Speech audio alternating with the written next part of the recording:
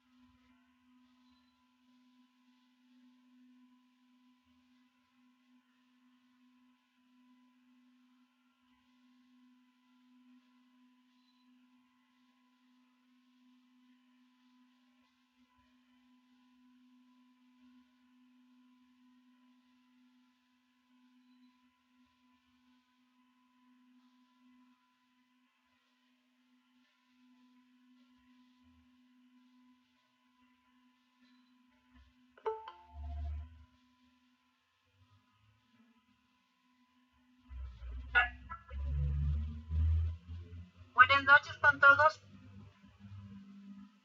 Buenas noches, Berito. Hola, Berito. Buenas noches. Hola, don José.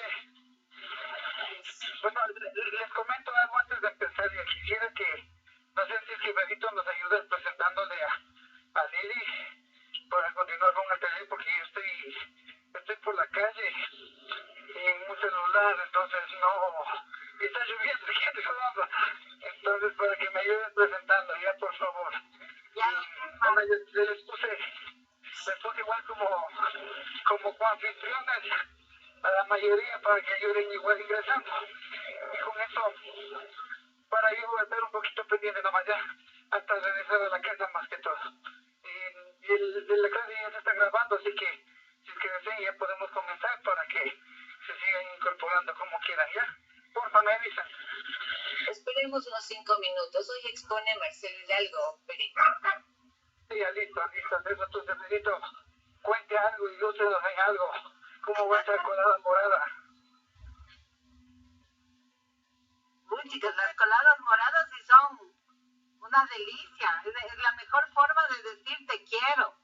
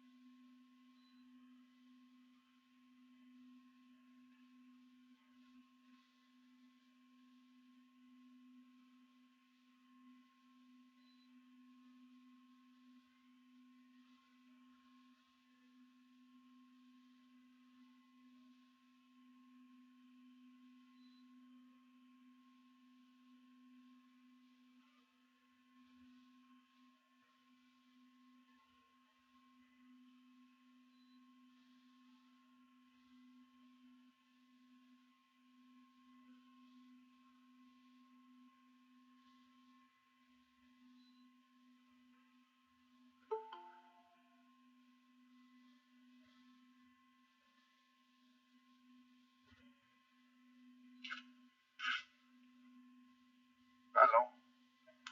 Buenas noches con todos los compañeros legionarios. ¿Aló?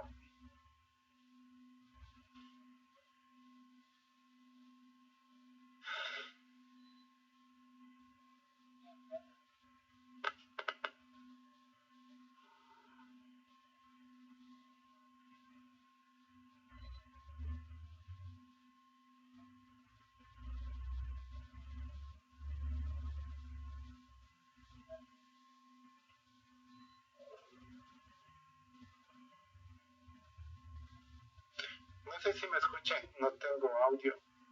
Marlon. Si le escuchamos, Marco Villa. Ajá. Buenas noches, era Elizabeth, digo. Buenas No noches, tengo audio. conmigo. Ya unos 5 minutitos creo empezamos. Ah, ya, chévere, chévere. ¿Qué más? ¿Qué tal? ¿Cómo están por allá? ¿Cómo va la campaña de Pedro José en Quito? Muy bien, sigue subiendo de lo que conocemos puntos y por ende esperamos ya ir rebasando a los que van un poquito por delante. Claro, sí, sí, tenemos que trabajar todos en eso. Sí, sí. Ajá. Sí. Y ya está ahí. ¿Qué lista es? El número de la lista a veces me piden. ¿Qué número estará, Pedro ¿Nos José? quieres ayudar con eso? No sabíamos. Ah, Marlon está al tanto del número de ah, sí, sí. Claro. Pero más no creo que nos vamos a identificar con el color morado, ¿no? Parece que sí. Claro, claro. Bien está. ¿Qué tal de lluvias por allá?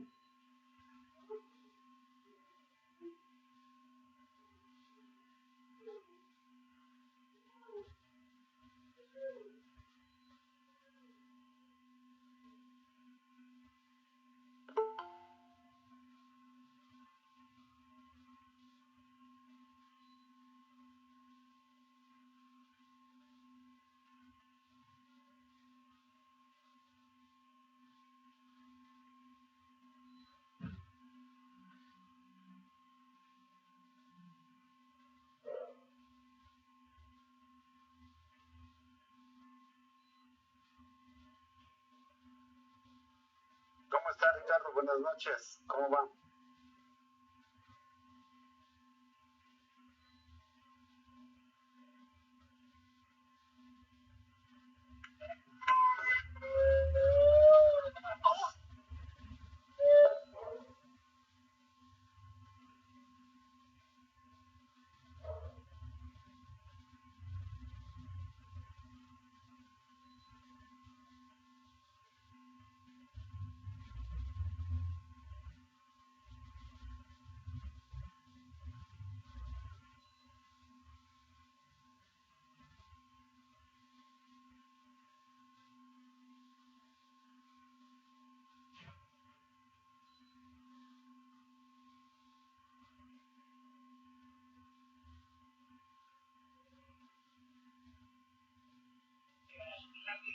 Perito, si podemos empezar.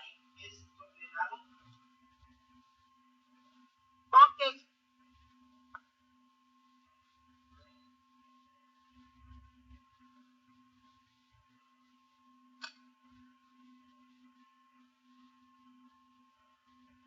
Buenas noches con todos.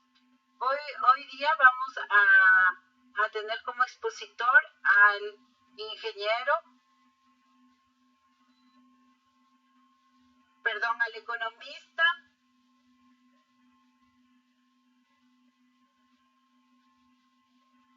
Marcelo Ernesto Hidalgo Maldonado. Él nos va a hablar acerca del impuesto predial y transferencia de dominio, tributos del municipio de Quito. Él labora actualmente en la Dirección Metropolitana Tributaria. Marcelo, ¿podemos empezar? Sí, claro, muchas gracias, estimados. Un gusto saludarles nuevamente.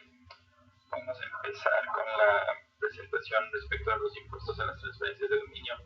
Primero voy a ver si es que me confirman si pueden ver la presentación. Un segundo. ¿Se ve la presentación?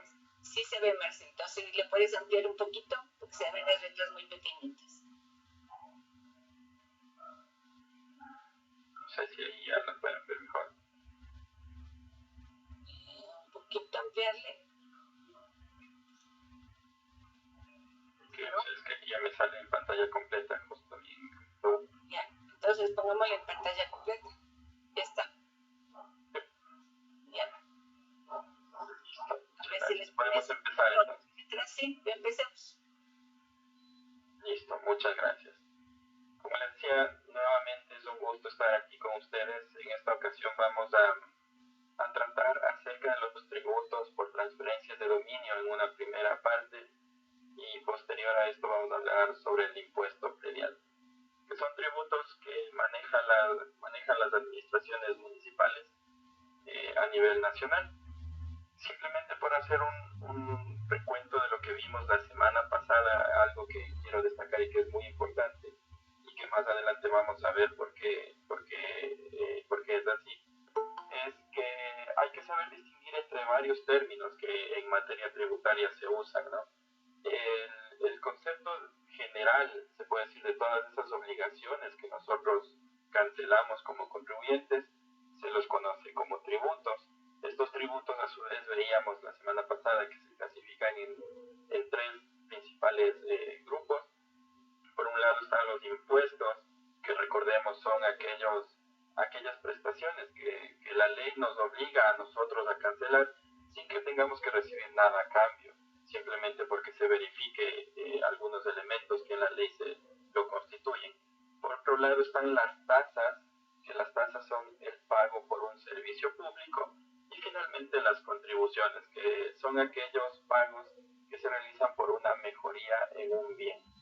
Teniendo clara esta distinción y haciendo este recordatorio, vamos a ver los tributos por transferencia de dominio, que realmente corresponden a dos impuestos. Ya los vamos a ver a detalle más adelante. En principio, el primer impuesto que genera las transferencias de dominio es el impuesto de alcabalas. Este impuesto está recogido en el COTAD entre los artículos 527 al 537 y nos establece que existen, nos dice el COTAD a su vez que existen varios tributos a las transferencias de dominio. Les decía, en primera instancia el impuesto de alcabalas y luego el impuesto de utilidades en las transferencias de predios urbanos y la plusvalía de los mismos. ¿Cuál es el objeto del impuesto de la alcabala? El objeto son los actos que supongan trasladar el dominio de un bien inmueble. Trasladar el dominio, como su palabra mismo lo dice, es pasar de la propiedad de algo a otra persona, de una persona hacia otra. Entonces, ¿cuál es el hecho generador de este impuesto de alcabalas? El hecho imponible ocurre con la realización del acto jurídico gravable, mas no con la inscripción en el registro de la propiedad. Se hace esta aclaración porque todo acto traslaticio de dominio, sobre todo cuando hablamos de bienes inmuebles, se perfecciona cuando inscribimos el título, es decir, la escritura en el registro de la propiedad. Y sin embargo, como les comento, con la inscripción en el registro de la propiedad, el traspaso de dominio se perfecciona, pero el traspaso en sí, en términos civiles, es la entrega de una cosa a otra persona. Entonces, cuando yo suscribo el contrato, es decir, firmo la escritura, ahí se produce el hecho generador para que yo pueda pagar el impuesto de alcabala. Sin embargo, vamos a ver más adelante que estos tributos, tanto el de alcabala como el de utilidad, tienen una particularidad respecto de su pago. El pago del impuesto de alcabala y el de la utilidad se lo realiza de manera anticipada. ¿Anticipada a qué? Al cumplimiento del hecho generador. ¿Por qué? Porque la misma norma también nos dice que los notarios y registradores de la propiedad están prohibidos de registrar esas escrituras sin haber recibido el pago de estos tributos. Entonces, por eso es que tiene esta particularidad de que se paga por adelantado. En la práctica ya les explicaré cómo es que ocurre esta situación. Entonces, les decía que se establece en la normativa ecuatoriana que si para celebrar la escritura pública del acto o contrato que causa el impuesto de alcabala se lo hubiere pagado, pero el acto o contrato no se hubiera realizado o perfeccionado, la administración tributaria tendrá como un pago indebido, pero para nosotros poder devolver y reconocer como un pago indebido ese valor, tiene que existir una certificación del notario en el cual indique que no se llegó a suscribir el contrato. Por eso insisto, no es la inscripción al registro de la propiedad, sino la suscripción del contrato, en este caso el escritor. Bien, el impuesto a la alcabala, según la norma, no se puede devolver. ¿Y en qué casos en particular? No habrá lugar a la devolución del impuesto que se haya pagado en los casos de reforma, nulidad, resolución o rescisión de los actos o contratos. ¿Qué sucede en la práctica? Anteriormente existía una mala práctica en el ciudadano y les pongo un ejemplo muy sencillo. Generalmente las personas, por ejemplo, se acercaban a solicitar un visado para Estados Unidos. Y generalmente cuando uno requiere un visado, siempre verifican todo el estatus de esta persona. Y solvencia siempre va a ser igualdad de bienes, mientras más bienes uno posea, pues generalmente significa que es más solvente. Entonces ocurría muy seguido una mala práctica, que es de que, por ejemplo, yo compro y lo digo entre comillas, una propiedad, y esa propiedad ya se registraba a mi nombre y yo me presentaba ante cualquier trámite. Como ejemplo les puse el tema del visado, y con esa particularidad yo demostraba solvencia, y luego pues yo hacía la resiliación de ese contrato, es decir, devolvía la propiedad a quien me vendió ese inmueble. Y en esa instancia, o sea, se puede hacer de manera legal ese tema. Sin embargo, esa devolución del inmueble que yo la hago a la persona que me vendió ya se constituye en un segundo acto de transferencia de dominio. Es decir, cuando yo lo adquirí en primera instancia, pagué yo un impuesto de alcabala, y cuando yo lo devuelvo a quien me vendió, esa persona va a pagar otro impuesto de alcabala. Entonces son dos actos translaticios de dominio. Entonces, para ejemplificar meramente lo que les acabo de comentar, ¿no? Que no se puede devolver cuando ocurren ese tipo de reformas o resignaciones. Existe una excepción en la norma que nos indica que cuando hay un caso de nulidad que fuere declarada por causas que no pudieron ser previstas por las partes. Es decir, por ejemplo, mucho ocurre que alguna persona vende un inmueble sin percatarse de que de pronto ya hubo una venta anterior, pero no se perfeccionó. Entonces, claro, yo puedo ofrecer un inmueble a más de una persona. Sin embargo, esta transferencia se perfecciona con la inscripción en el registro de la propiedad. Entonces, yo puedo, les insisto, ofrecer el inmueble y con ambos firmo escrituras, pero la propiedad va a ser del que primero llegue al registro de la propiedad. Entonces, en esa causa no prevista, a la persona que no llegó a perfeccionar el traspaso, se le puede considerar en esta excepción. Y en el caso de nulidad del auto de adjudicación de los inmuebles que haya servido de base para el cobro del tributo declarado por la autoridad competente. ¿A qué hacemos referencia con esto? Hablábamos en la sesión anterior respecto de la exigibilidad de un tributo, y decíamos que cuando un tributo se vuelve exigible, una de las situaciones que se producen es que la municipalidad o cualquier administración tributaria puede iniciar un proceso de cobro forzoso, que es más conocido como la coactiva. Dentro de la coactiva existe ya una etapa de embargo, inclusive de los inmuebles, y luego del embargo se puede adjudicar a la persona que ha salido beneficiada. Sin embargo, si por algún auto de un juez se declara esa nulidad, pues existe esta excepción y el impuesto a la alcabala se devolverá. ¿Quién es el sujeto activo de la obligación? es la municipalidad, en este caso el municipio del Distrito Metropolitano de Quito, siempre va a ser el municipio o distrito donde se ubique el inmueble. Entonces, si hablamos de una propiedad en Quito, obviamente va a ser la municipalidad de Quito. Y el sujeto pasivo son los contratantes que reciben el beneficio respectivo en el contrato, así como los pagos. La presentación no está corriendo.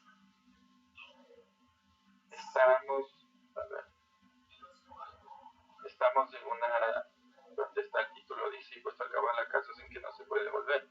No se está cambiando en la pantalla. Oye, déjame ver qué pasó. Déjame un segundo. Ahí sí, ya se muy bien. En la 3. Sí. Sí, ahí están los datos. Podemos mirar la búsqueda. Ahí se cambió. Ahí sí está la diapositiva 3. Ya, perfecto. Bien, les decía que el sujeto activo de la obligación siempre va a ser la municipalidad donde se ubique el inmueble, mientras que el sujeto pasivo van a ser los contratantes. Aquí surge la consulta. ¿Quién recibe el beneficio en el caso de un contrato? El beneficio lo reciben ambos. En el caso de una compraventa, por ejemplo, que es el contrato más común, el beneficio lo recibe tanto el comprador como el vendedor. Entonces eso implica que ambos se constituyen en sujetos pasivos de este tributo. Solo que en el caso de la alcabala, el comprador va a ser el sujeto pasivo en calidad de contribuyente, es decir, el obligado a asumir ese pago, mientras que el vendedor va a ser sujeto pasivo en calidad de responsable. Nos tienen una responsabilidad solidaria entre los dos. ¿Me confirman si se pasó de diapositiva ahorita?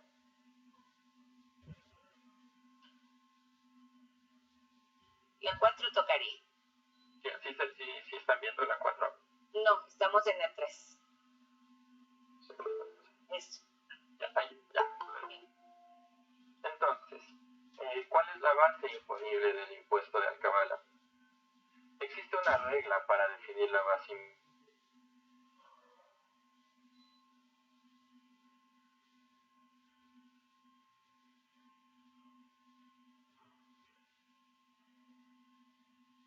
Se silenció, Marcelita.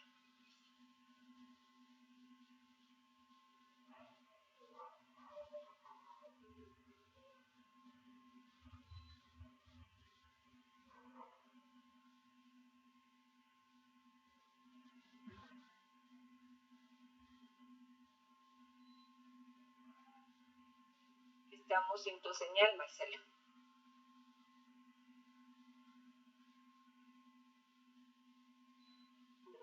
Ajá, no se escucha, Marcelito.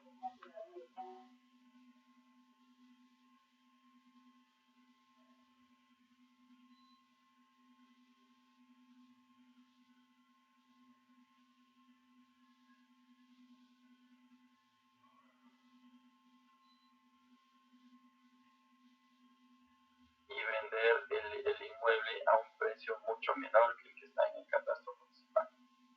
¿Sí? Si la presentación no tenemos, Marcelito, se fue. Déjenme compartirles nuevamente que me salió un error. Nos quedamos en la 4.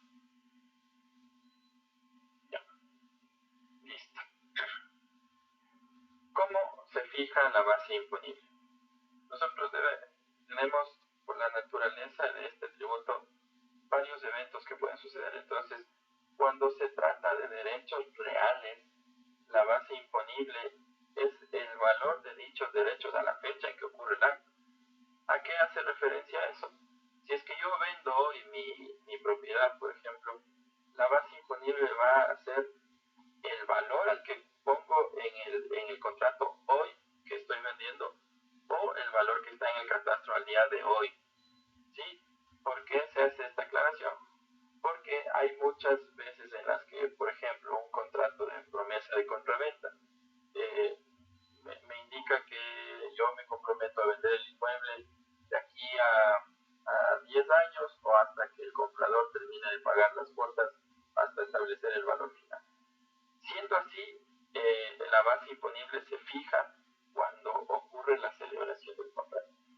Entonces, a la fecha de la celebración, o sea, si bien hoy yo hice la compraventa, la promesa, perdón, de compraventa, la vendo en 2 años, en esos 2 años futuros es que yo voy a revisar los hechos que constituyen mi base. Bien, en caso de que se vendieran derechos y acciones sobre inmuebles, se tendrá lo que establece el contrato, verificando que este no sea menor a lo establecido en el valor catastral. Los derechos y acciones son las proporciones que una persona puede tener en un bien inmueble. Es decir, sobre una misma propiedad puede haber varios copropietarios.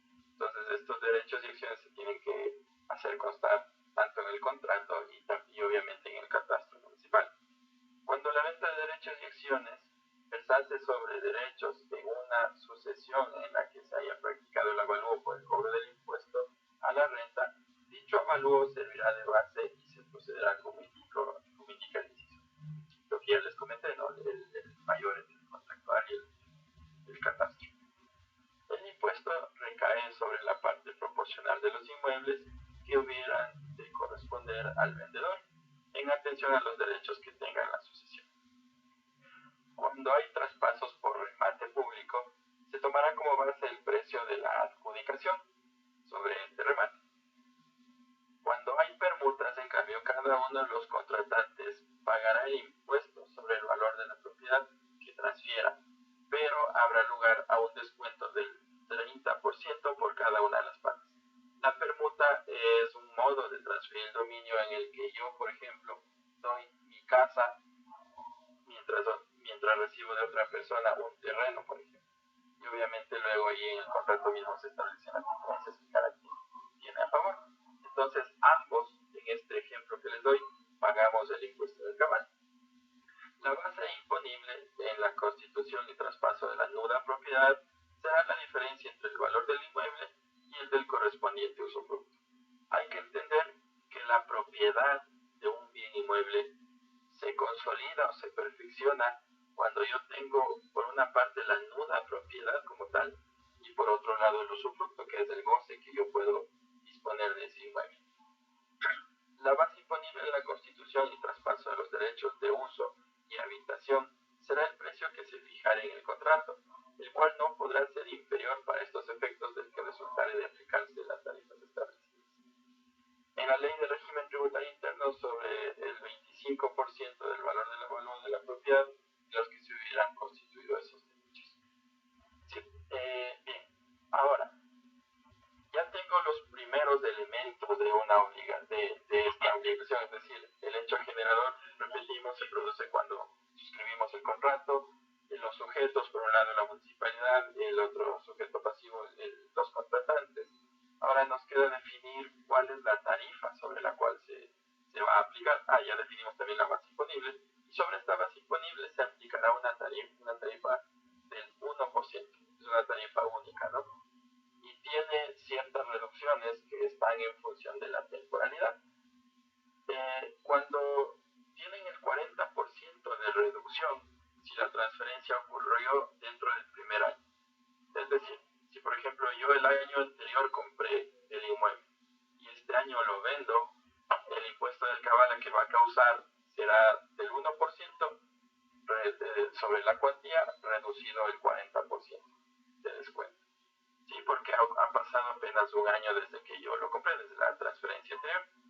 En el mismo sentido, se reduce el 30% si ocurre dentro del segundo año y el 20% si ocurre dentro del tercer año. ¿Sí? El traspaso de dominio o de otros derechos reales, que se refiere a un mismo inmueble y a todas o una de las partes que intervinieron en el contrato y que se repitiese dentro de los 3 años contados desde la fecha en que se efectuó el acto o contrato anteriormente sujeto al pago de impuestos, goza de esas rebajas que les acabo de indicar. ¿Sí?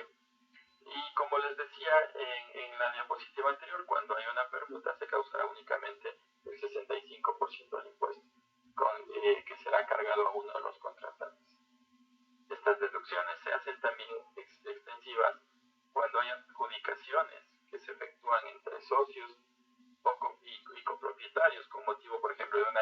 donación o partición y a las refundiciones que deben pagar los herederos o legatarios a quienes se les adjudiquen inmuebles cuando es un valor superior ante la cuota a la que tienen derecho.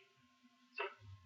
Es, por ejemplo, en una herencia alguien puede, entre varios hermanos, alguien puede ceder esos derechos de la herencia a uno de los hermanos y pues sobre esos derechos que no le corresponderían a quien está recibiendo se paga el impuesto de alcabala. ¿Sí? Bueno, hasta aquí el impuesto de alcabala. No sé si alguien tenga alguna duda, si no podemos continuar con el impuesto a la utilidad, que es otro de los impuestos que grava a los traspasos de dominio.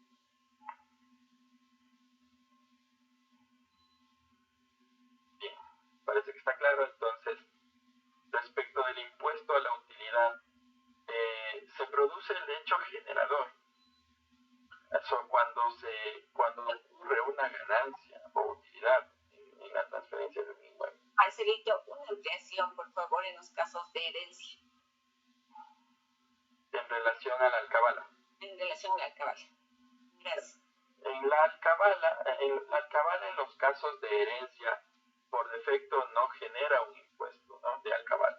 Sin embargo, cuando una de las partes cede sus derechos a otra persona, ahí sí se grava por esos derechos que al segundo no le habrían correspondido.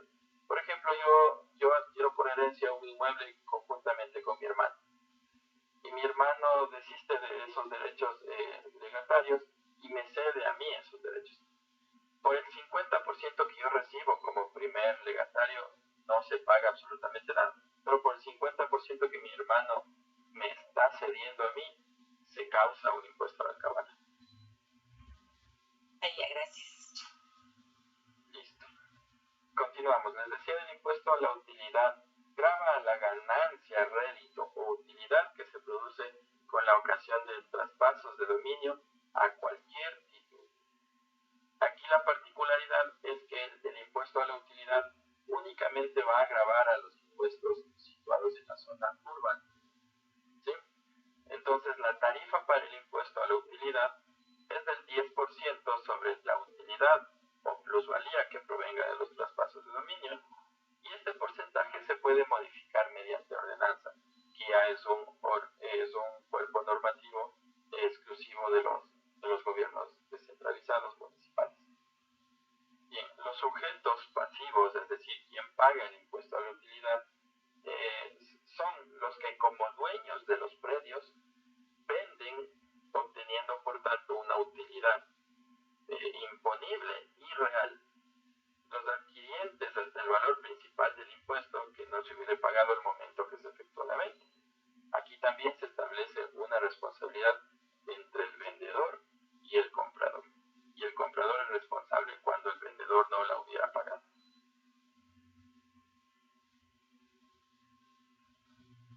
Bien.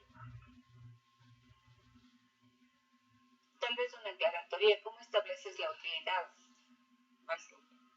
La utilidad se establece, al igual que en la alcabala, lo primero que tenemos que ver es el valor mayor entre el precio de venta y el valor que consta de avalúo en el catastro municipal.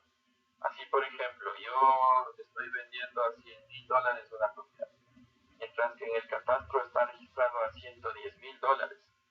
Se toma el mayor entre esos dos datos, es decir, los $110,000.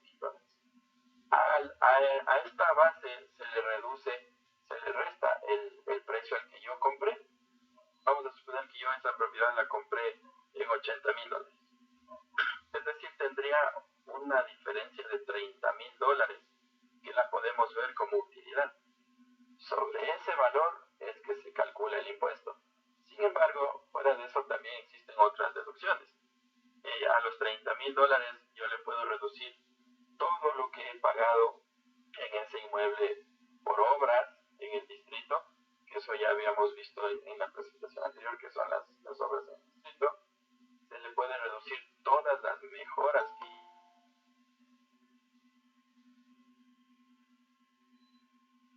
del piso, y producto de esa construcción del tercer piso es que se justifica ese incremento en el avalúo. Entonces yo debo presentar ante la administración todos los documentos habilitantes, tales como facturas emitidas a mi nombre, para seguirle restando. Entonces, en el ejemplo que les decía, $30,000 de base imponible, le resto $1,000 que pagué por obras y le resto $9,000 que haya invertido para la construcción de un piso adicional. Son $10,000. Entonces, mi base imponible se reduce a $20,000.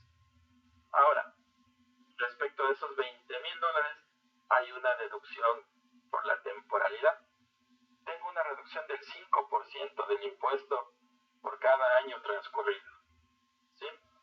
Entonces, si ya pasó un año, por ejemplo, desde que yo adquirí, pues tengo un 5% por ese año. Si pasaron 2 años, será el 10% y así sucesivamente. Ahí así se calcula el impuesto a la utilidad. Claro, y eso que les comento es lo que precisamente se muestra en este momento en pantalla, acerca de las deducciones, en la cual se indica que para el cálculo del impuesto determinado en el artículo anterior, las municipalidades deducirán de la utilidad los valores pagados por conceptos de contribución especial de mejoras. Y también se deducen los que se hayan efectuado por mejoras y el costo de adquisición que les decía. ¿Sí? Y bueno, también la norma nos indica que se debe tomar en cuenta la desvalorización de la moneda según informes que provee el Banco Central. Hasta aquí el tema de los impuestos a las transferencias de dominio. Si es que alguien tiene alguna pregunta, si no, podemos pasar a la presentación de impuesto predial.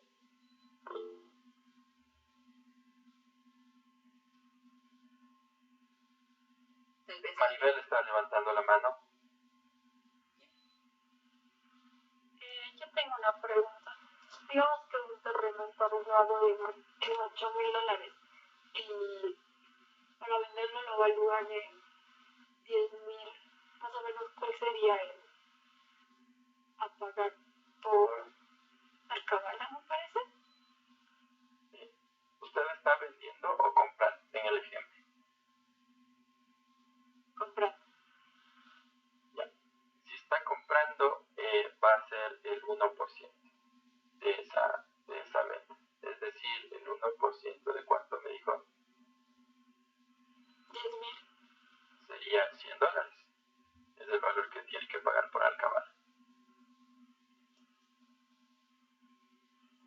Gracias, muy amable. Mito me está levantando la mano, por favor, si tiene alguna pregunta. Buenas noches. Una consulta, por ejemplo, y si yo compré la propiedad en tiempo de suples, ¿verdad? Y ahora, justo en ese tiempo, el lugar estaba alejado, básicamente entre comillas no valía nada, y ahora que pasamos, ahora lo quiero vender y el costo está bastante alto, ¿cómo deducen de ahí los valores? Porque ahí el salto es bastante grande. Claro, a ver, en principio lo que se debe considerar es el tipo de cambio oficial, ¿no?, de su creadora. Sin embargo, como nosotros ya nos dolarizamos hace más de 20 años, acuérdense lo que yo les decía, de que tienen una deducción del 5% por cada año. Es decir, que cuando hayan pasado 20 años, la deducción ya termina siendo del 100%. Ya no existe utilidad si es que han pasado 20 años desde que usted la compró. Siendo así, entonces el tributo es de cero.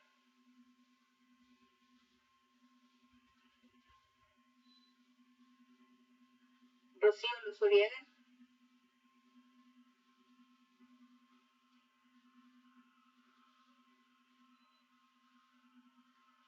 Está levantada la mano de Rocío Luzuriaga. Mito, ¿te quedó conforme?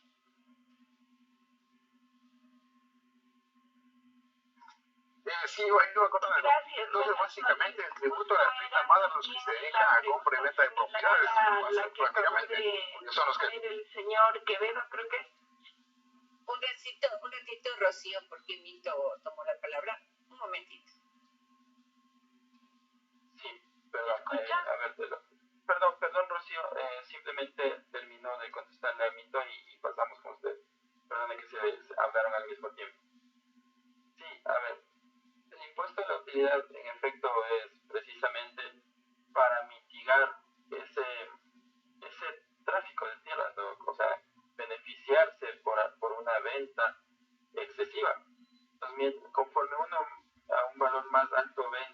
va a terminar pagando un valor mucho mayor del impuesto a la utilidad.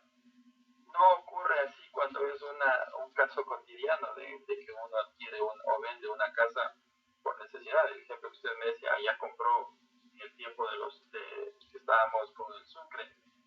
De ese tiempo acá ya pasaron más de 20 años, como yo decía.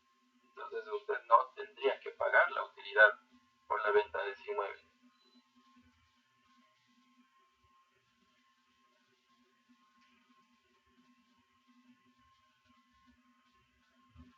Y tomando en cuenta eso, por ejemplo, ¿cómo se supone que aplican eso con los famosos? Tienen la opción de que dicen, bueno, por ahí va a pasar una carretera, compran la propiedad a precio de gallina con precio y después la venden a altos precios. Sí, precisamente ese beneficio se ve plasmado en un impuesto bastante oneroso. Es decir, si se ven casos a diario respecto de que, por ejemplo, una persona adquiere una propiedad, por ejemplo, a unos $10,000 y la vende en 100,000, por exagerar un poco el ejemplo, la utilidad de esa persona es de $90,000. Y sobre eso la cuantía es del 10%, lo que tiene que cancelar. Es decir, de esos $90,000, $9,000 van para la municipalidad. Entonces, como les decía, mientras más me muero de frío y estuve más de una hora que una persona percibió en la venta de un inmueble, más alto va a ser. Listo, tal vez Rocío Zuriega. Buenas noches con todos. ¿Escuchan? Sí, Rocío, adelante. Escuchamos. Muy gentil, gracias. Era la pregunta casi similar a la que hace el señor que me antecedió, el señor José, creo que es asimismo que queremos entre los hermanos vender un terreno, pero es en un pueblo y pues eso se compró igualmente en Sucre.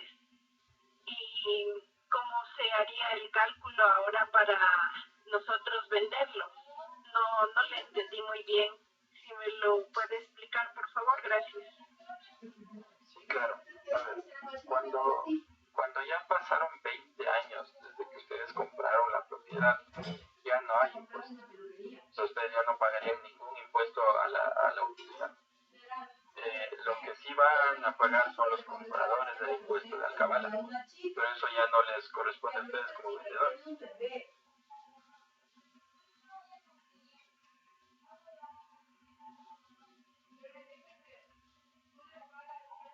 No sé, Rocío, si me confirma si de pronto le quedó claro ahí el tema.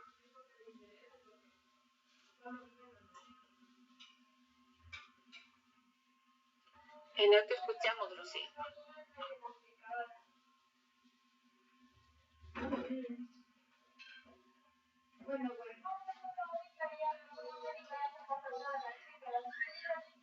Tal vez O sea, lo que se paga al municipio cada año o antes. No, la alcabala solo van a pagar el momento en el que compran. Como yo les repetía, cuando ustedes venden el inmueble, hay dos impuestos que van a tener que pagar. Por una parte, el vendedor va a pagar el impuesto a la utilidad, que en el ejemplo que usted me dijo, no, el impuesto va a ser de cero, porque ya pasaron más de 20 años desde que ustedes compraron ese terreno. Pero el comprador tiene que pagar por única vez el impuesto del cabal. Luego lo que tienen que pagar anualmente es el impuesto predial, que eso ya lo vamos a ver en la siguiente. Ok, gracias. Gracias. Andrea, ¿tenía alguna duda?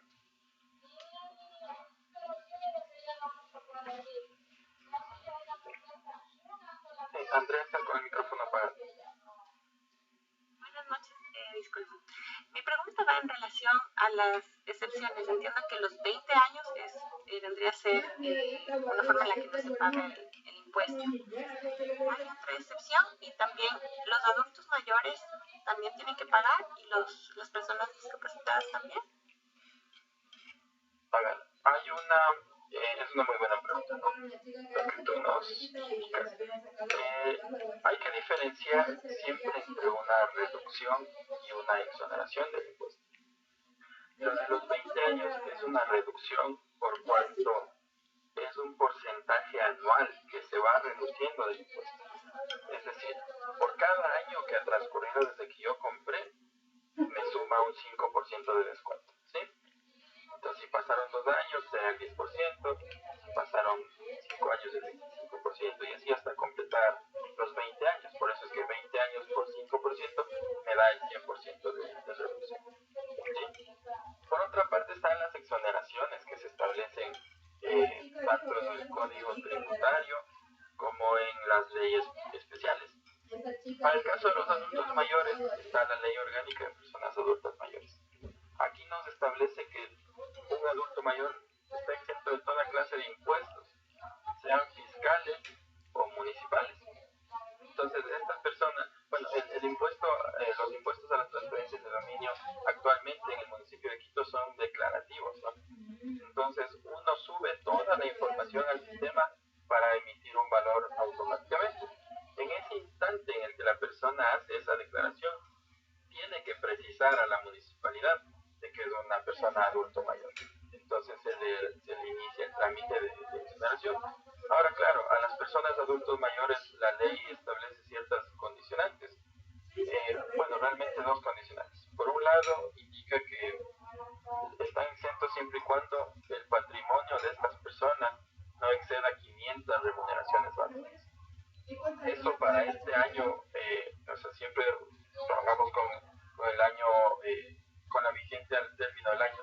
Pues para el año anterior estuvo en $400, lo que significa que las 500 remuneraciones para esa persona es de $200,000. Si la persona tiene un patrimonio superior a eso, va a pagar un proporcional por esa diferencia.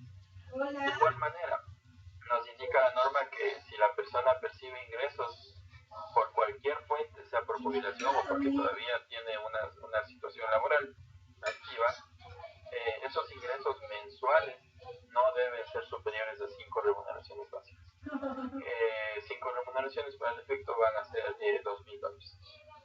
Ya, y bueno, y respecto de otras exenciones que en otras leyes se recogen, están por ejemplo exenciones a entidades públicas, entidades de beneficencia, asistencia social, educación, pues más tendiente a personalidades jurídicas. Para el caso de personas con discapacidad que nos preguntabas, contrario a lo que dice la ley del adulto mayor, en la ley orgánica de discapacidades es bastante específica la exoneración. Aquí nos establece la exoneración al impuesto predial únicamente, a los traspasos de dominio, ¿no? Ya, y como última inquietud, digamos que una persona va a hacer el pago de la transferencia de dominio, pero ya acaba de cumplir los 65 años y todavía en el municipio no ha realizado ni no ha llenado el formulario de adulto mayor, ya cumplió los 65 años.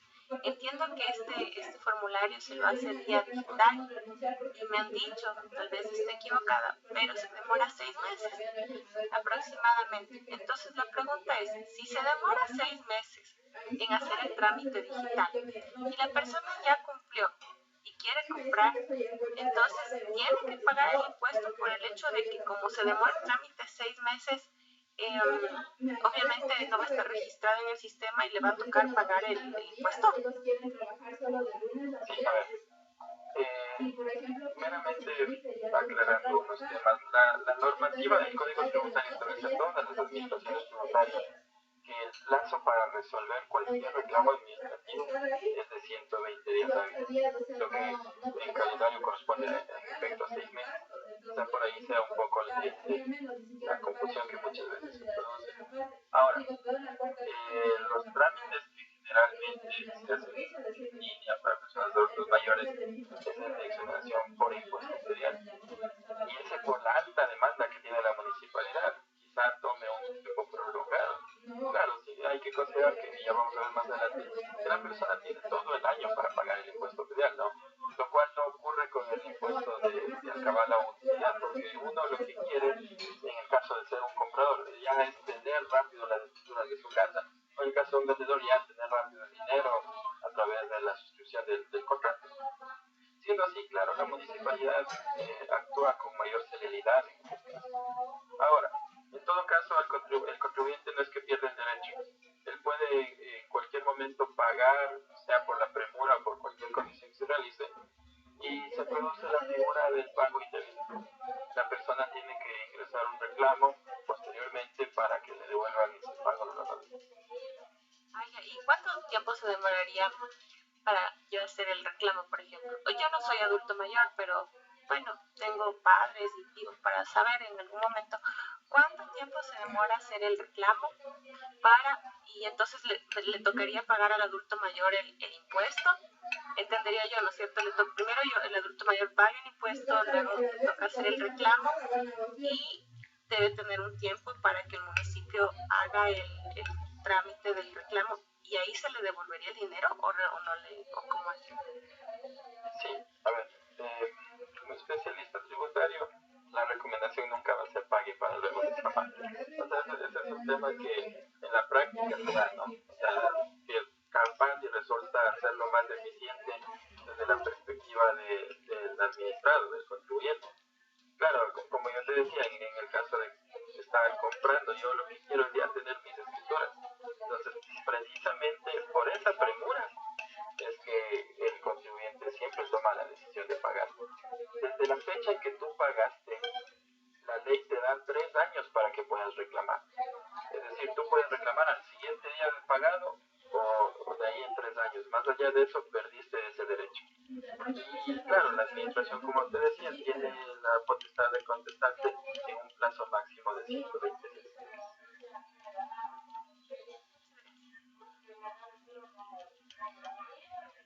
¿Alguna otra inquietud?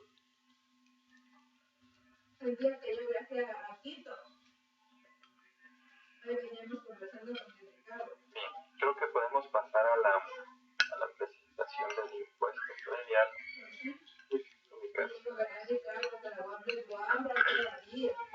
¿Me confirman si está? Me dijo, ¿qué tal? Dice si ya podía vivir con otra más. Sí estamos viéndole, Marcela. Ya, muchas gracias. Volvemos nuevamente a lo que yo les decía del concepto de una obligación tributaria. Siempre voy a ser redundante en esto porque toda obligación debe cumplir con ciertos elementos para que se pueda producir. El momento en que uno de esos elementos no se produce, la obligación tributaria como tal no existe o es ilegal. Entonces, por ejemplo, nos tenemos que siempre remitir al concepto de lo que el Código Tributario recoge, que una obligación tributaria es el vínculo jurídico personal que existe entre el Estado y los contribuyentes o responsables de tributos, en virtud del cual debe satisfacerse una prestación de dinero, precios o servicios apreciables del dinero, al verificar su hecho general. Entonces, de este mero concepto, nosotros ya podemos identificar los 4 elementos básicos de todo tributo. Por un lado, un elemento son los sujetos, y ya hemos repetido en reiteradas ocasiones que el sujeto activo siempre va a ser la municipalidad, porque estamos hablando precisamente de tributación seccional en el municipio de Quito. Y los sujetos pasivos, que van a ser quienes paguen el impuesto, tributo, tasa o contribución. Por otro lado, otro elemento que debe producirse es el hecho generador. El hecho generador es el presupuesto establecido en ley para configurar un tributo. En palabras sencillas, son todos los elementos que deben cumplirse para que yo tenga que pagar un impuesto o tributo. Por ejemplo, ¿cuál es el hecho generador del impuesto de alcabala? Les decía, la suscripción del contrato. ¿Cuál es el hecho generador del impuesto predial? Por ejemplo, ya vamos a ver más adelante qué es la propiedad. ¿Sí? Y así a nivel de cualquier tributo, no necesariamente seccional, sino inclusive fiscal. Después, un tercer elemento que es necesario para constituir una obligación tributaria es la base imponible. La base imponible es aquella base, valga la redundancia, sobre la cual yo voy ya a calcular el tributo. Y finalmente, el último elemento va a ser la tarifa. la tarifa es una razón sobre que yo voy a aplicar sobre la base imponible para ya tener finalmente la cuantía del tributo, que es el valor a pagar. ¿Sí? Entonces, aquí se indica, no nace la obligación cuando se produce el presupuesto establecido en la ley, y la exigibilidad del tributo siempre es importante tenerlo en cuenta. Yo les decía que la exigibilidad es cuando, para la administración tributaria, la exigibilidad es cuando se puede hacer un cobro forzoso de esa obligación, es decir, vía continua. ¿Pero qué representa la exigibilidad para el contribuyente, en cambio? La exigibilidad para el contribuyente se ve reflejada en el pago de intereses por mora tributaria. ¿Sí? Bien, nuevamente la clasificación de tributos entre impuestos, tasas y contribuciones. Esto ya lo tratamos en la presentación anterior. Meramente para conocimiento general, y aquí hemos visto una estructura de cómo se clasifican en general los tributos excepcionales, sobre todo en el municipio de Quito. Por un lado tenemos impuestos que gravan, o tributos, perdón, que gravan a las actividades económicas. Entre estos, los principales son la patente municipal y el 1.5 por mil sobre los activos, los cuales vimos en la sesión anterior. Por otro lado están los impuestos a la propiedad, que gravan a la propiedad. Entre estos está el impuesto predial, el impuesto a los inmuebles habilitados, la contribución especial de mejoras. En la sesión anterior me hacían acuerdo de otro impuesto que grava la propiedad, es el impuesto al rodaje, es el impuesto sobre la propiedad de vehículos. Todos estos tributos están clasificados en impuestos que gravan a la propiedad, tributos que gravan a la propiedad. Y finalmente los tributos que gravan a las transferencias de dominio, que vimos la alcabala y la utilidad. En el caso que nos ocupa en esta ocasión es de los impuestos a la propiedad, y en específico el impuesto predial. ¿Sí? El impuesto predial podríamos decirlo que se clasifica en dos.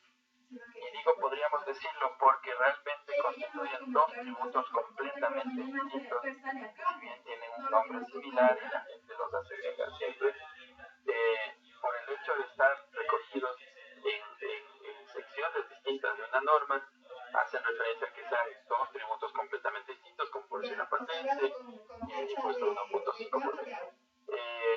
Por un lado está el impuesto a los predios urbanos y por otro lado tenemos el impuesto a los predios rurales. Obviamente el impuesto, cada uno de estos impuestos va a estar en relación al área donde Disculpe, la compañera autoriza utilizar las palabras, por favor. Adelante, Andrea. Mi inquietud era básicamente si es que para cuando yo hago una donación, también si me incluyen los impuestos, hay que pagar desde alcabalas las donaciones. Sí. A ver, en una donación hay que identificar dos tipos de donaciones. Una que se conoce como donación legitimaria, que es la que tú haces, por ejemplo, a tus hijos. Esa es una donación legitimaria. En ese tipo de donaciones no ocurre el hecho generador del impuesto de alcabala, pero sí ocurre el hecho generador del impuesto a la utilidad, y que de hecho la utilidad que se genera ahí es el valor del 100% del inmueble, ¿no? Y la tienen que pagar las personas que reciben el inmueble. O sea, tú que estás donando el inmueble no tienes ninguna utilidad ni ningún beneficio en absoluto. Pero la persona que recibe tiene una utilidad del 100% de ese inmueble. Entonces, por ejemplo, la propiedad está valorada en $100,000, porque ahí ya no hay cuantía del contrato, ¿no? El valor del contrato va a ser cero. Entonces tenemos que estar a lo que dice el catastro. Suponiendo que ese inmueble está en $100,000, pues las personas que adquieren por donación legitimaria van a tener que pagar el 10% de esos $100,000, es decir, $10,000. Ahora, las donaciones no legitimarias, que es que tú me donas a mí, por ejemplo, tu inmueble, porque te gustó mi presentación y te caí muy bien. Entonces, esas donaciones sí graban en el impuesto a la alcabala, con las mismas características que cualquier contrato, ¿no? Es decir, el 1% sobre la base imponible, caso, insisto, la base imponible va a ser el catastro municipal porque no hay cuantía del contrato. ¿Sí? Sí, muchas gracias. Listo, continuamos entonces con el tema del impuesto predial. Perdón. El sujeto pasivo, les decía, del impuesto a los predios urbanos, los propietarios de inmuebles que se ubiquen dentro de los límites de las zonas urbanas. Y el sujeto activo siempre va a ser la municipalidad. El hecho generador para que se produzca este tributo es tener la propiedad del inmueble. ¿Sí? Yo como dueño del bien inmueble estoy en la obligación de pagar ese impuesto. La base imponible del impuesto predial es el valor catastral imponible. ¿Qué es este valor catastral imponible? Generalmente se piensa que la base imponible del impuesto es el avalúo de la propiedad. Eso es cierto en parte. El avalúo de la propiedad tiene que sumarse de todas las propiedades que yo tengo en un mismo distrito.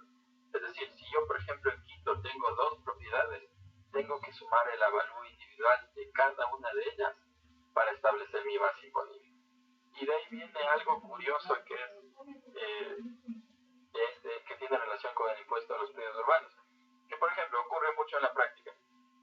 Yo vivo en un conjunto habitacional y siempre viene el reclamo del vecino que dice: el vecino de al lado paga mucho menos que yo y vivimos en el mismo conjunto, en casas que tienen las mismas características del mismo avalúo.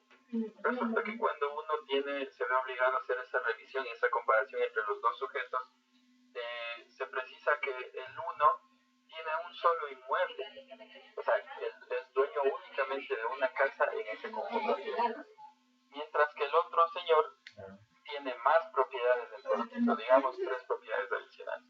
Entonces, como él tiene muchas más propiedades, todos esos avalúos individuales se tienen que sumar para establecer la base imponible. Ya vamos a ver más adelante que el impuesto predial siempre va a ser progresivo. ¿Qué quiere decir esto? Es un principio constitucional que en términos sencillos nos quiere decir que el que más tiene, más paga. Entonces, como la persona que tiene 4 propiedades va a estar en una base imponible mucho más alta, paga más que el que tiene una sola propiedad. La tarifa del impuesto predial se establece mediante ordenanza. Sin embargo, la ley, en este caso el CONTAD, nos establece una banda impositiva, es decir, un valor mínimo de tarifa y un valor máximo. Para el caso del impuesto predial urbano está entre el 0.25 por mil y el 5 por mil. Estas ordenanzas del impuesto a los predios urbanos tienen que emitirse cada 2 años por parte de la municipalidad, en la cual se deben actualizar las tarifas. ¿Sí? Ahora, en cuanto al cobro del impuesto, este se determina con base a todas las modificaciones que se hayan realizado en el catastro hasta el 31 de diciembre del año anterior. ¿Qué queremos decir con esto? Que el impuesto se determina en ese momento, al finalizar el año. Es decir, si yo voy a determinar el impuesto predial 2023, lo tengo que hacer con la información que tengo al último día del 2022. Y el cobro inicia a partir del 1 de enero del siguiente año. Esto es muy importante y tiene relación con lo que veíamos respecto a las transferencias de dominio. Ocurre se da un evento bastante seguido en la municipalidad respecto de que, por ejemplo, yo firmé las escrituras comprando mi casa a una constructora. Como yo les decía, el que más tiene más paga. Si el impuesto se lo emite en nombre de la constructora va a ser bastante alto. Si el impuesto se lo emite en nombre de Marcelo Hidalgo va a ser bastante pequeño, porque es mi única propiedad. Entonces resulta que yo firmé el contrato con la constructora a finales del año, en diciembre. Sin embargo, como siempre existe un lapso entre la firma del contrato y la inscripción en el registro de la propiedad, que es lo que yo les decía que se perfecciona el traspaso de dominio, resulta que me inscribieron en el registro de la propiedad el 10 de enero. Para el ejemplo, digamos el 10 de enero del 2022. Resulta que como el impuesto se emite el 31 de diciembre, ¿quién era propietario en esa época todavía la constructora. Entonces el impuesto 2022 se va a emitir a nombre de la constructora, pese de que yo en el 2022 ya soy el dueño. Pero a mí recién se me va a emitir en el 2023. A eso nos referimos cuando determinamos al 31 de diciembre con el cobro al 1 de enero. Hay que tener muy en cuenta estas particularidades. Ahora, el pago del impuesto, por otro lado, se lo puede realizar en el transcurso de todo el año, sin necesidad de que éste sea notificado. Y los pagos pueden efectuarse desde el 1 de enero, aun cuando no se haya emitido un catastro. ¿Qué quiere decir esto de pagar en el transcurso del año? Volvemos a lo que yo les decía respecto de la fecha de exigibilidad. En otras palabras, este año yo tengo para un pago voluntario, pero al término de este año el tributo ya se vuelve exigible y la municipalidad obviamente me puede iniciar un proceso de cobro forzoso. También tenemos descuentos que por norma se establecen y es para aquellos que pagan el impuesto entre enero y junio. Entonces se tienen descuentos que van desde el 10% en la primera quincena de enero y se van reduciendo progresivamente hasta el 1% si es que yo pago en la segunda quincena de junio. Al haber terminado este plazo de descuentos que se establece por ley y yo no hice el pago del tributo, da lugar a un recargo que es del 10% del valor del impuesto. Este recargo vale aclarar que es diferente de los intereses por mora tributaria, ¿no? Bien. Sí, bien. Otra persona está alzando la mano. Adelante, Andrea, está alzando. Ya, disculpe, Marcelo, tanta pregunta, pero realmente sí no me queda claro, por ejemplo, existe el municipio y el registro de la propiedad, y la transferencia de dominio debería estar en el municipio y en el registro de la propiedad si es un bien, ¿no es cierto? Y entiendo que existe un certificado de bienes en el municipio y un certificado de bienes en el registro de la propiedad. Mi pregunta es, estas dos instituciones, ¿cómo hacen para que la información del registro de la transferencia de dominio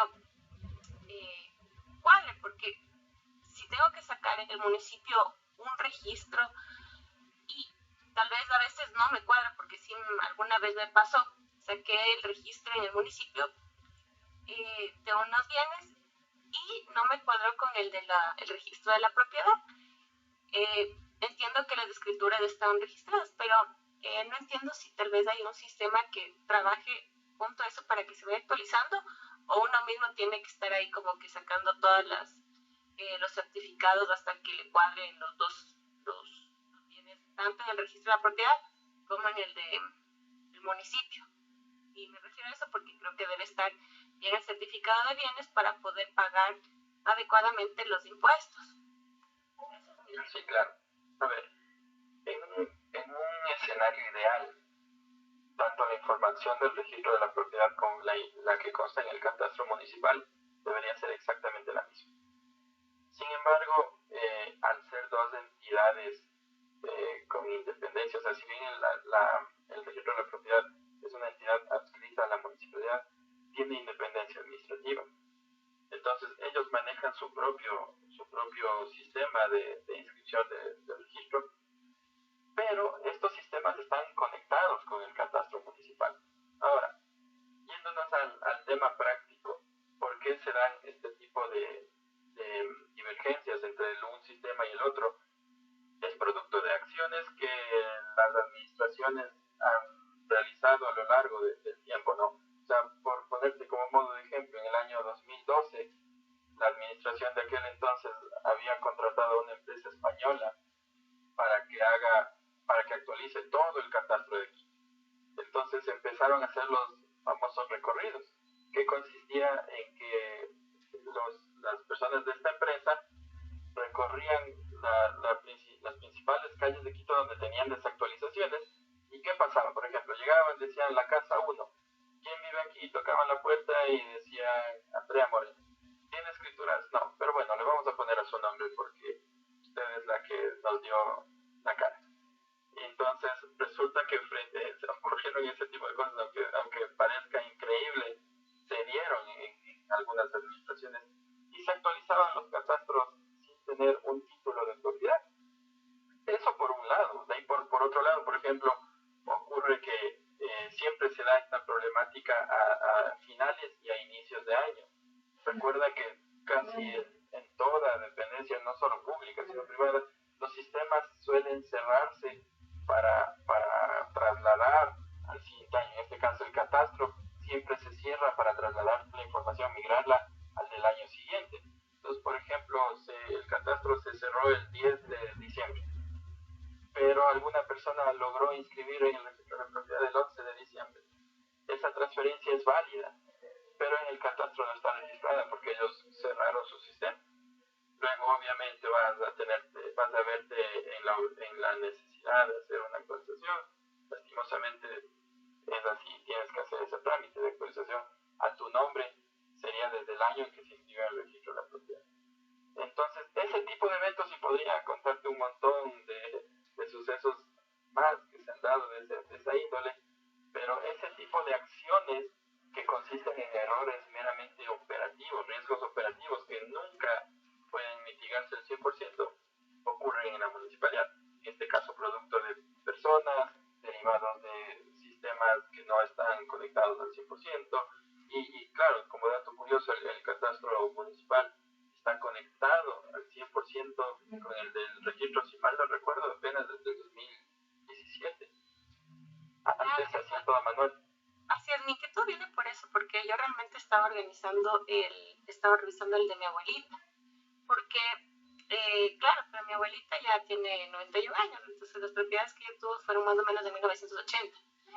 Y el problema es que estoy buscando las escrituras, pero no aparecen. Y ahí disculpe que le diga ahorita, pero me desconcertó porque no encontré el registro de la propiedad buscando con su nombre. Y realmente no sé cómo buscar porque he ido y realmente dicen que no aparece, pero el certificado de bienes en el municipio sí existe. Como inquietud, ¿cómo puedo hacer para buscar en el registro de la propiedad? Porque realmente con el nombre de la dueña no sale. Claro, es que en el registro de la propiedad, sobre todo en escrituras bastante antiguas, siempre van a pedirte una fecha lo más próxima a cuando se efectuó el contrato. O sea, si es que no te acuerdas de la fecha exacta en la que adquirieron, pueden hacer revisiones manuales con una fecha aproximada. Y obviamente, yendo hacia atrás o hacia adelante, dependiendo del caso. Hay que entender que el catastro, hay que entender que el inmueble porque ya no hay las escrituras en el registro de la propiedad. No, para nada. Simplemente, a ver, lo que pasa es que hay varias opciones a las que tienes lugar, ¿no? Por ejemplo, si es que en el registro de la propiedad no reposa esa información, o al menos no la encuentran, puedes también acudir a la notaría. Si es que también se acuerdan en qué notaría se puede firmar, pueden acudir allá y revisar en el archivo que consta ahí. Ahora, ya vamos a suponer que el caso más extremo de que no encuentras, no pasa nada, etc. Mi abuelita tiene 91 años y a poco ya se acuerda de su nombre. Lastimosamente, así eso pasa muy seguido. Hay un montón de adultos mayores que andan, pobrecitos, porque ya no se acuerdan bien de las cosas y no han llevado bien los documentos como se requeriría, pero eso es una realidad. Existe una figura legal de adquisición de una propiedad, o sea, justo lo que estábamos viendo en la presentación anterior del traspaso de dominio, que es adquirir la propiedad por prescripción adquisitiva de dominio. ¿Qué significa esto? Cuando una persona ha tenido el goce de un inmueble por un tiempo de al menos 25 años ininterrumpidos, puede iniciar este proceso de prescripción adquisitiva de dominio. Es decir, se demanda a los presuntos propietarios y cuando nadie reclama esa propiedad, un juez dicta a su favor esta prescripción y la propiedad pasa a ser suya a través de esa sentencia que tiene que inscribirse, o sea, protocolizarse e inscribirse en el registro de la propiedad. Pero eso solo si está viviendo, si está en la propiedad que tiene. ¿Puedes contar lo que dijo? Sí, claro. Ya materia de derecho, en materia civil, existen dos tipos de prescripción de dominio. La ordinaria, que son 5 años, que haya vivido como señor y dueño. Y la extraordinaria son 15 años. Ahora bien, digamos que usted tiene un bien y no se acuerda las escrituras de su abuelita, como se estaba comentando, pero si usted, me parece que les asignan un tipo como código para pagar los impuestos. ¿O no? Bueno, El número del impuesto real. no. Bueno, el número de predio, hay el número de predio, pero el problema es que el número de predio en el registro de la propiedad me parece que no aplica para la búsqueda. Bueno, eso Voy a buscar con el número de predio. Bueno, eso no importa. El caso es que cuando vaya tiene que buscar ya sea un abogado de oficio o un abogado patrocinador, que ya sea bien uno que es público o uno que usted lo contrata. Entonces él sigue el juicio por prescripción ordinaria de dominio y ahí se da un proceso en el cual simplemente tiene que presentar 2 testigos, porque en materia civil con 2 testigos se comprueba todo, y puede decir que este terreno está en dominio de mi familia desde tiempos, y le comenta todas las cosas que ha habido al juez, y eso es todo. O a su vez, si es que está ubicado en una zona rural, lo puede hacer en materia de tierras, derecho agrario, hacen un proceso y les dan el bien. Si es en urbano, puede hacer la escritura porque no existe y dice que usted ha estado en posesión de eso durante mucho tiempo. No sé si ahora existe la cláusula de que después de que hacen esa escritura no pueden vender durante 5 años, pero creo que ya estaba desapareciendo la mayor parte del país, especialmente los municipios y cosas así. Eso era todo. Gracias. Muchas gracias. Sin embargo, digamos que no está viviendo porque tiene los bienes, pero ¿cómo hago para buscar? Solo es inquietud porque realmente ya voy como un año tratando de buscar y no encuentro. Y está ahí porque existen las escrituras, pero no se encuentran en el archivo, asumo yo. ¿O cómo hago para encontrar? Es que no le va a encontrar, por ejemplo, lo mismo les pasó a algunos familiares y a mi papá, que como antes se registraba todo a mano, que tenía una letra increíble y no había el sistema computarizado y muchos documentos se perdieron, ya sea por el moho, por la mala conservación. Entonces hicieron así como le estoy diciendo, hicieron como que ellos estaban en posesión durante mucho tiempo, así no vivan, así sean terrenos no esté cultivado o no sea de uso o una casa abandonada. Solamente debía ser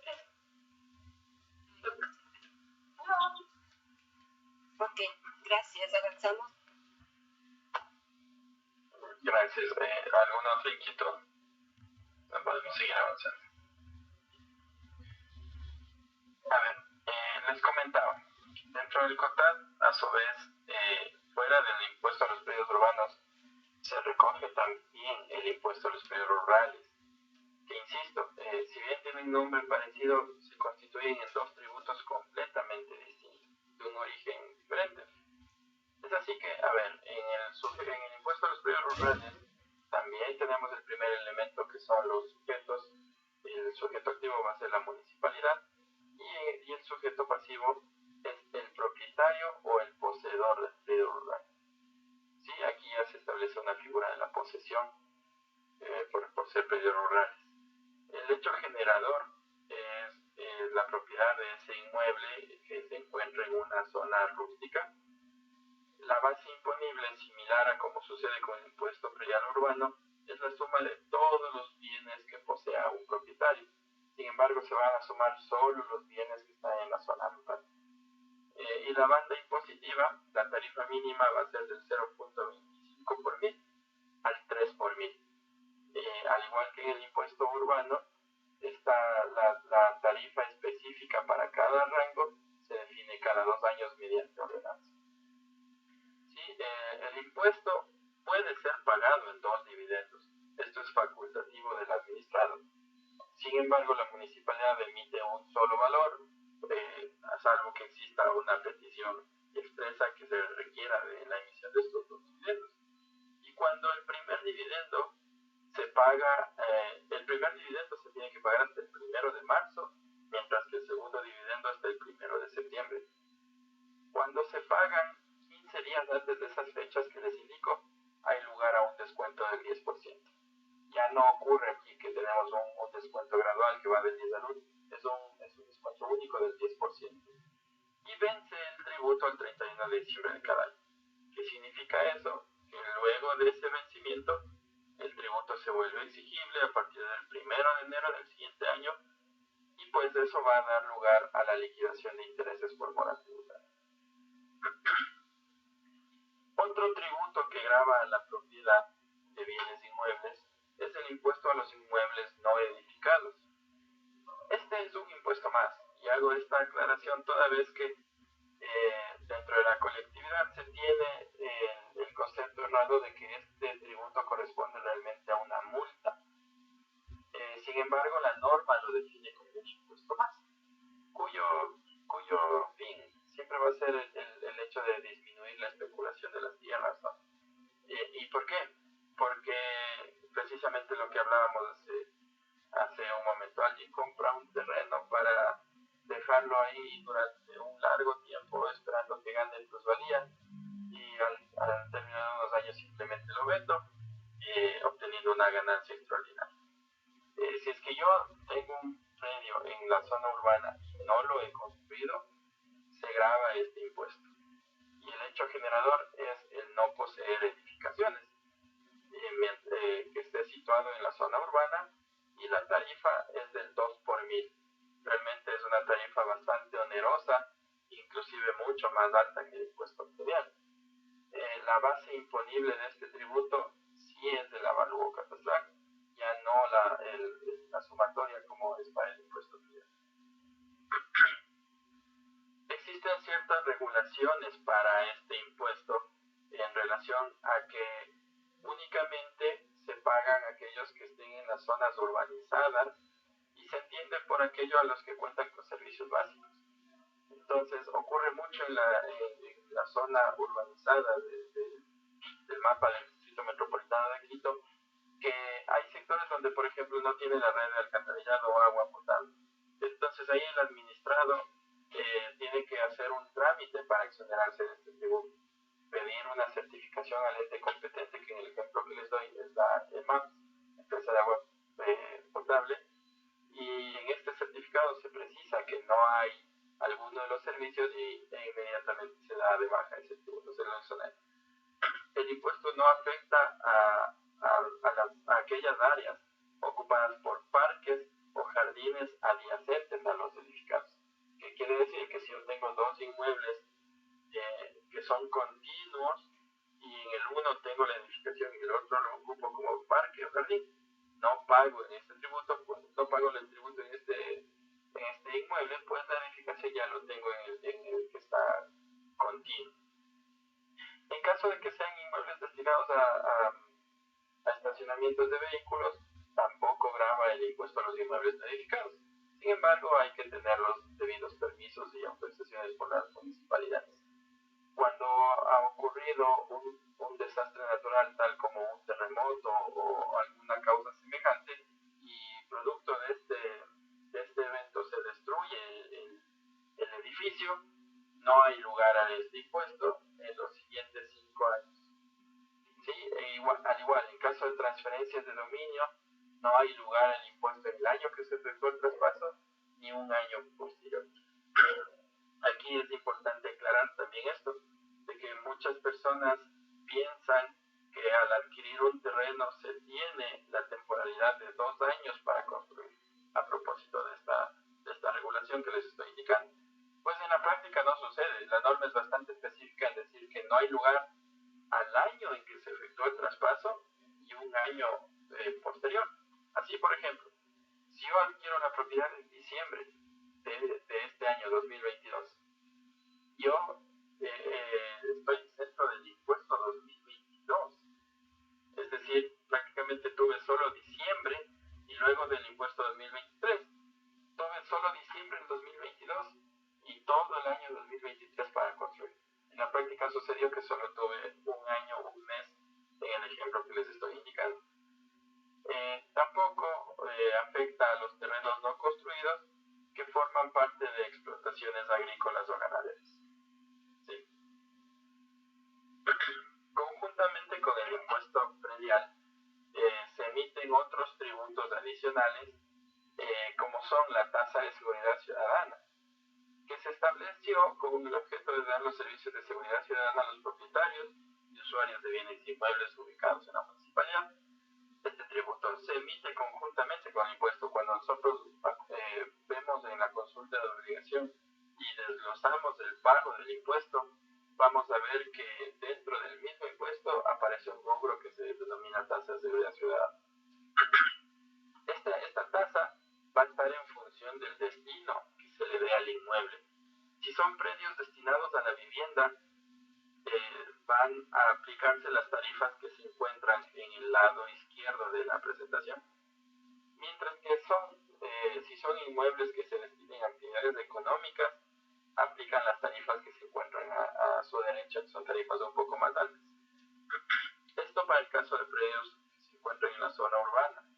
Para el caso de predios ubicados en la zona rural, únicamente hay dos tarifas, de $2 cuando se destinan para vivienda y de $4 cuando se destinan para actividad económica.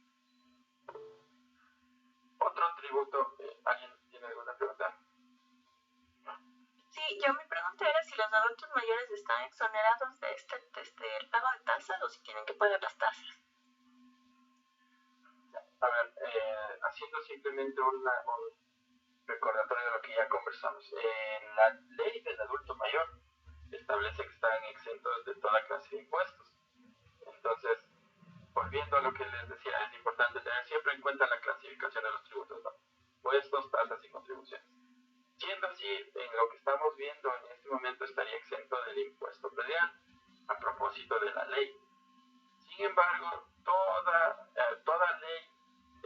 todo impuesto se exonera, extingue, reduce a través de ley, mientras que todas las tasas y contribuciones se crean, extinguen, reducen, etc., a través de ordenanzas.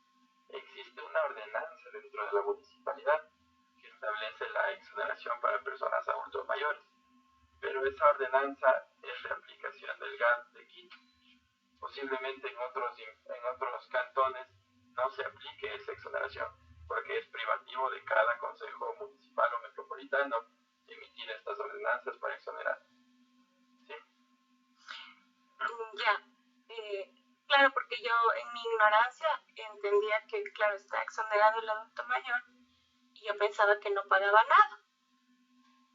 Pero, claro, he visto los ejemplos que sí le dicen que no paga el impuesto predial, por ejemplo, pero tiene que pagar una serie de, no sé si son tasas o algo que igual le toca pagar.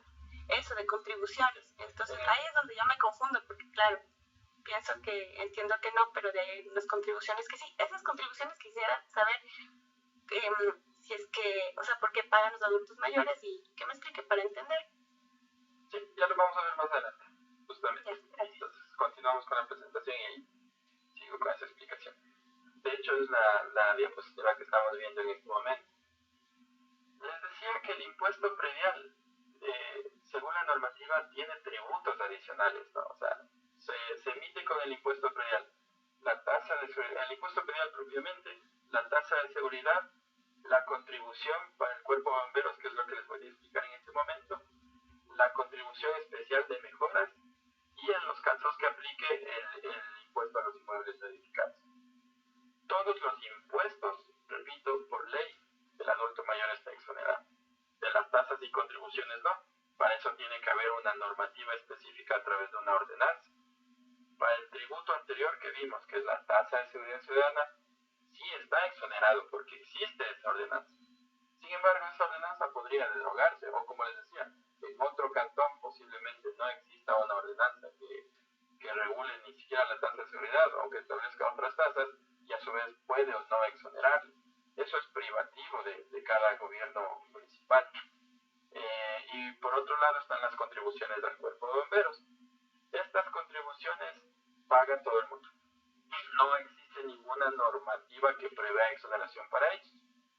Hay modos de extinción, por ejemplo, quienes no pagan esto son, como habíamos visto en la sesión anterior, los predios que entran dentro de la casuística de la confusión, es decir, que son del mismo municipio y por tanto, como el municipio no se puede pagar a sí mismo, se confunden y se extinguen por este mecanismo. Sí, entonces, en la práctica son los únicos que no pagan la contribución al cuerpo bombero, y todo el mundo paga.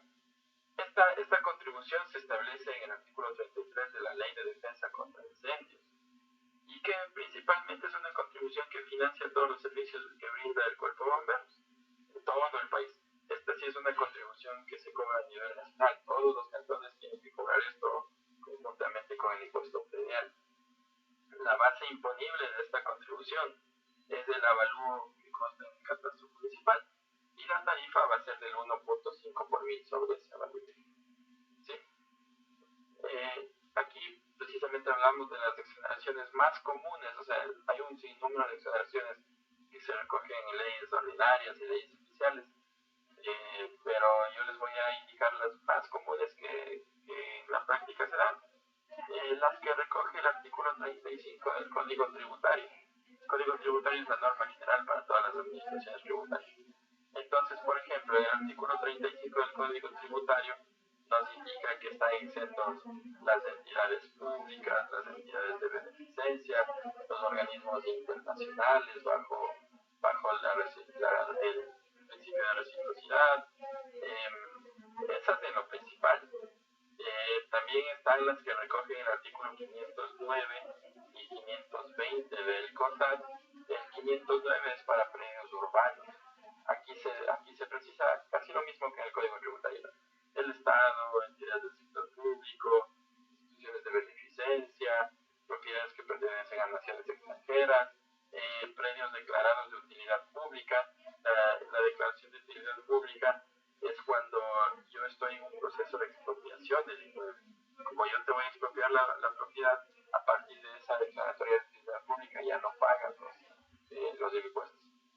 Asimismo, para el caso del impuesto rural, se repiten las mismas, ¿no? Públicas, de licencia.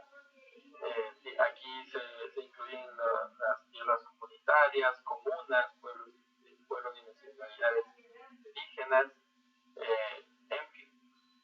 Esas son las más comunes en el CONTAD.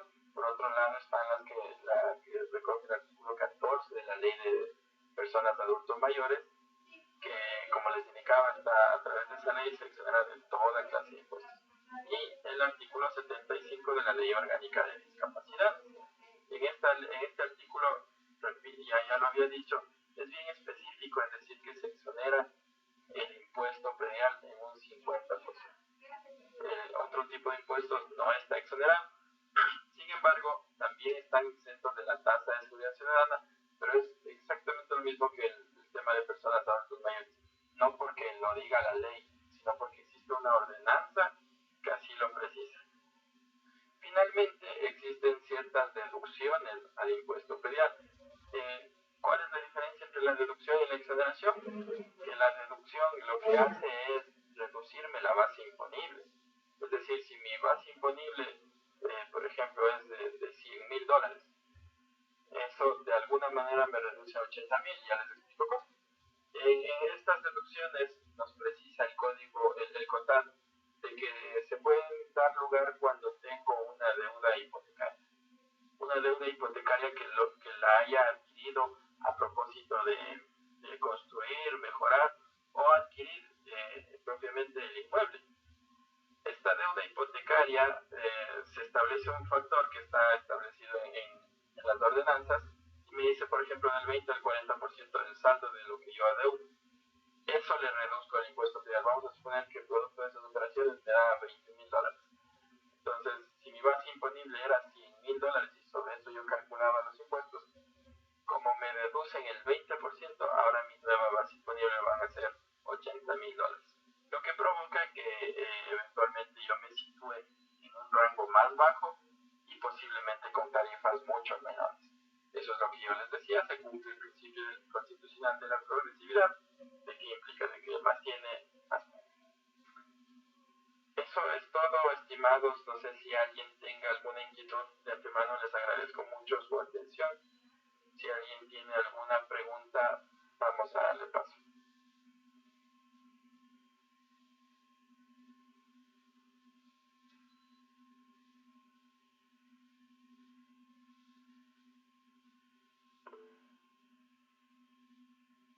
Adelante, Andrea.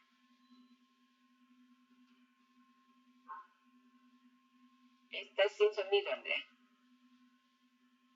La última inquietud es en relación al impuesto a la herencia. ¿Eso es por el tema gubernamental o es el tema del municipio? El cobro de ese impuesto. Es fiscal, ese se paga en el SRI. Ah, ya no es del municipio. Ya era eso, básicamente. Gracias. Muchas gracias, compañeros. Hasta aquí la explicación sobre lo que es tributación seccional. Y daríamos paso prácticamente para las siguientes charlas que tiene prevista este grupo. Les agradecemos mucho. Gracias, muy amable. Gracias, Rosario, te Muchas gracias a todos ustedes, estimados. Que tengan una buena noche. Gracias. Gracias, hasta luego. Gracias.